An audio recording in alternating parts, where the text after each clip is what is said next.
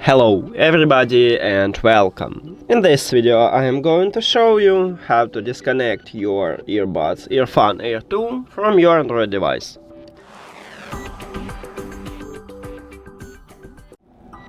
You have to start by open Settings and then go to the Bluetooth or connected devices.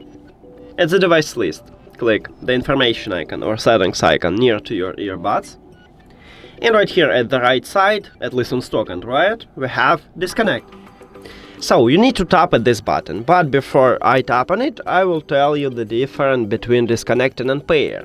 So when you select to disconnect your earbuds, you click at this button and you will stop Bluetooth connection with them, but leave your earbuds at the device list, and then you can reconnect it in the future if these earbuds don't connect it with another device.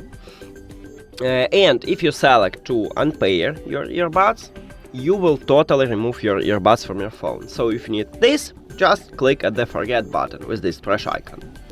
Now let's disconnect them. So disconnect, and as I said, we have it at the device list, but I stopped Bluetooth connection with them, and now I can tap on them and reconnect them. That's it! Thank you for watching this video. If you found it helpful, please consider subscribing to the channel and leave the like on the video. See you later!